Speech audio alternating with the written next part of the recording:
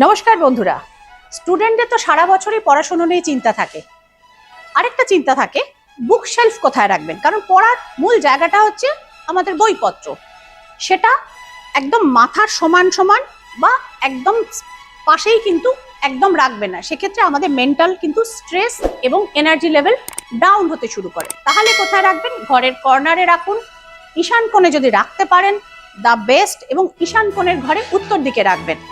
আরেকটা জিনিস, প্রায় গার্জেন আমাকে জিজ্ঞেস করেন, আচ্ছা দিদি ছেলে মেয়ে কোন দিকে মুখ করে বসলে স্কোরটা ভালো হবে? আইদার নর্থ অথবা ইস্ট। সেক্ষেত্রে আপনাকে যদি একটু কর্নার হয়ে বসতে হয় বসবেন, কারণ সেক্ষেত্রে আমাদের রুট চক্র সেটা কিন্তু অনেকটা বেশি এনার্জাইজ করে এবং যা পড়াশোনা করে সেই স্মৃতিশক্তি বা সেই মেমোরিজ গুলো কিন্তু রিটেইন করে। তো do follow my tips and inform সিটিভেন রেলস।